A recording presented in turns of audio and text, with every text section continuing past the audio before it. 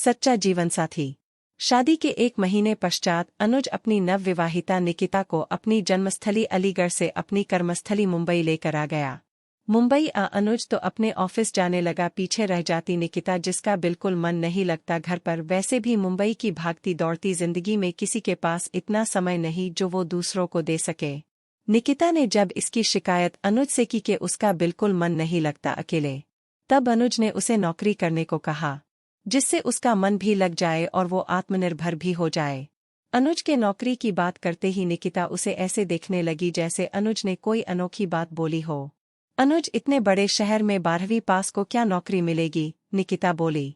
क्या तुम 12वीं पास हो? अब की बार चौंकने की बारी अनुज की थी। हाँ तो जैसे आपको पता नहीं, निकिता रूठते हुए बोली। पर निकिता, मुझे तो ये बताया गया था तुम पोस्ट ग्रेजुएट हो, इसीलिए तो मैंने नौकरी की बात की। अनुज बोला तो निकिता हैरान रह गई। अनुज को गुस्सा तो बहुत आया पर निकिता को देख लग रहा था वो खुद अनजान है इस बात से। इधर निकिता भी परेशान थी। अगले दिन जब मामले की तहकीकात की गई तब पता लगा बिचौलिए ने, जो कि निकिता के पिता और अनुज के चाचा दोनों के दोस्त है, उन्होंने झूठ बोला। जानकारी में रिश्ता होने के कारण किसी ने ज्यादा जांच पड़ताल भी नहीं की। अब निकिता को ये डर सताने लगा कि कहीं अनुज उसे छोड़ ना दे। देखिए अनुज, इसमें मेरी कोई गलती नहीं, बल्कि मैं तो खुद हैरान थी, इंजीनियर लड़के ने मुझे कैसे पसंद कर लिया। निकिता डरते डरते अनुज से बोली।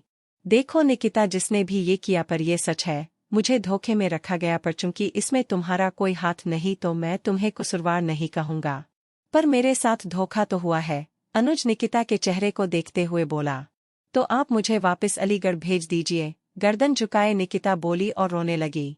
अरे अरे, तुम रो क्यों रही हो? देखो, इसमें तुम्हारी गलती नहीं, बल्कि मैंने भी फोन पर कभी तुमसे नहीं पूछा तो थोड़ी गलती मेरी भी है। पर अब मैं चाहता हूँ जो बात मुझे कही गई तुम उसे सच करो। निकिता को चुप करवाता हुआ अनुज भेद भरी मुस्कान से बोला। मतलब? हैरानी से निकिता सिर उठा अनुज को देखती हुई बोली।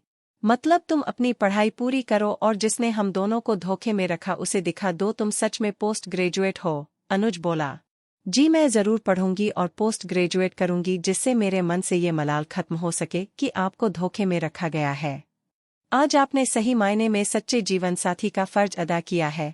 ये बोल निकिता अनुज के चरणों में नतमस्तक हो गई। अनुज ने उसे उठाकर गले से लगा लिया।